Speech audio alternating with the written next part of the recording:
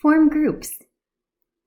How many large or small scale ways can you think of to manage your finances and save money in 3 minutes? This can be something as large as directly depositing 10% of your paycheck into a savings account, or it can be something as small as purchasing household items in bulk to save on the cost per unit, or bringing your own coffee in a thermos from home instead of purchasing it out. Write your answers down.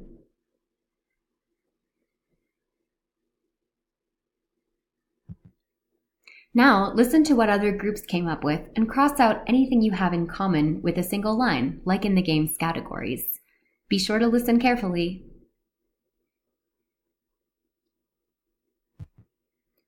What was your favorite suggestion made by another group, and why? Which of these things are you already doing, and which things do you wish you were doing? You don't have to answer that out loud.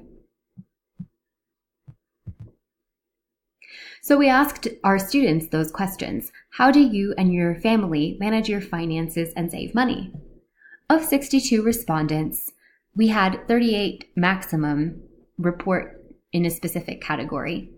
So 32 of the 60 students reported that they are careful with their spending. But that means that 30 students, or 48%, do not report that they are careful with their spending.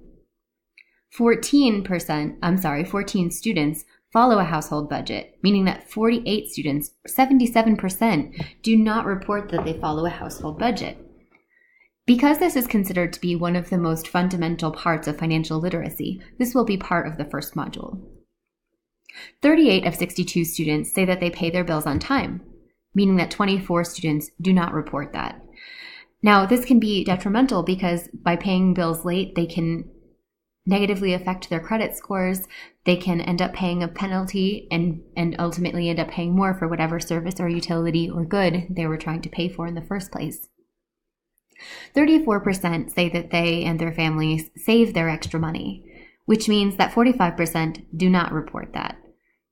And 12 of the 62 students say that they save some of their money for retirement, which means that 81% do not say that they save their money for retirement.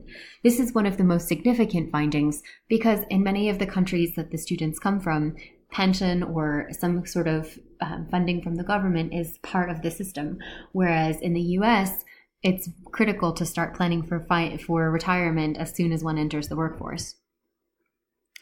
And 5 students, 8%, report that they do not have enough money for saving. Hopefully, for those students who are in very limited circumstances, we'll be able to find a way for them to save at least a little so that they can put money away in case of an emergency or to plan for retirement. None of the respondents added practices to the other category, which is why it's not listed in the bar graph here. We asked students if they want to learn more about money management, banking, and insurance. The majority of students said yes, 63%. However, it's worth noting that none of the 23 who responded no reported that they use all of the services or engage in all of the financial best practices mentioned in the previous sections.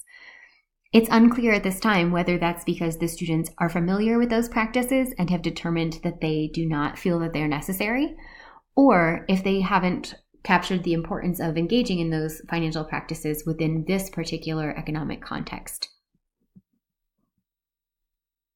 The reasons underlying those responses are things that we'll continue to explore through student focus groups and ongoing interviews.